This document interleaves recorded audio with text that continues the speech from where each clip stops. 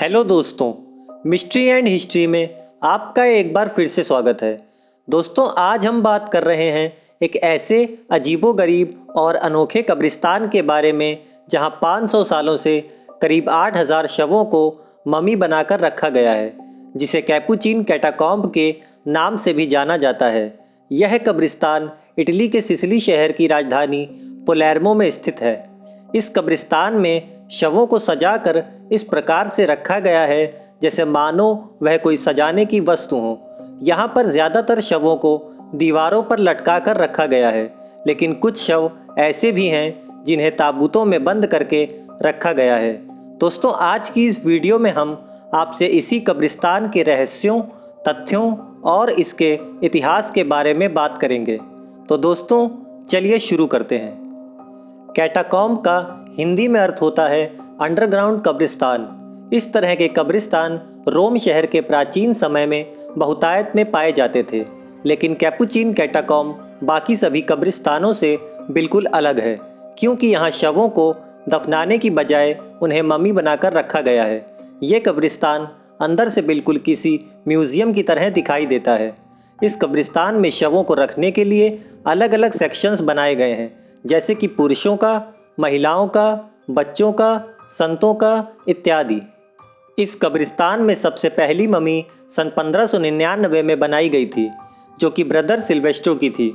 इसके करीब 281 साल बाद सन 1880 में इस कब्रिस्तान को आधिकारिक तौर पर बंद कर दिया गया था। इसके बावजूद भी कभी कभार कुछ शव इसमें आ जाया करते थे। इस कब्रिस्तान में आखिरी ममी सन 1920 में बनाई गई थी, जो कि एक इटालियन बच्ची की थी, जिसका नाम रोसालिया लोम्बार्डो था। दोस्तों, रोसालिया लोम्बार्डो के बारे में मैंने अपनी एक वीडियो में बताया है, आप चाहें तो उस वीडियो को देख सकते हैं। रोसालिया लोम्बार्डो की ममी इस कब्रिस्तान में रखी सबसे खूबसूरत ममी है, क्योंकि इस ममी को देखने से ऐसा लगता ही नहीं है कि यह कोई ममी हो, बल्कि ऐसा लगता है जैसे मानो कोई प्यारी सी बच्ची सो रही हो। इसीलिए इस ममी को स्लीपिंग ब्यूटी के नाम से भी जाना जाता है। इस ममी को सुरक्षित रखने के लिए अनेकों ऐसे तरह के केमिकल्स काम में लिए गए थे, जिसकी वजह से यह ममी आज भी वैसी की वैसी ही बनी हुई है। शुरुआत में इस कब्रिस्तान का इस्तेमाल केवल कैथोलिक संतों के शवों को संरक्षित करके रखने के लिए किया जाता था, लेकिन कुछ समय बाद इस कब्रिस्तान में जगह पाना एक सामाजिक रुतबे की बात मानी जाने लगी और इसमें संतों के अलावा अन्य दूसरे शव भी आने लगे। इस कब्रिस्तान में शवों को रखने के लिए नियमित रूप से फीस चुकानी पड़ती थी, जो कि कब्रिस्तान के रख रखाव के काम में इस्तेमाल की जाती थी। यदि किसी ममी की फीस आनी बंद हो जाती थी तो उसे कब्रिस्तान से हटा दिया जाता था।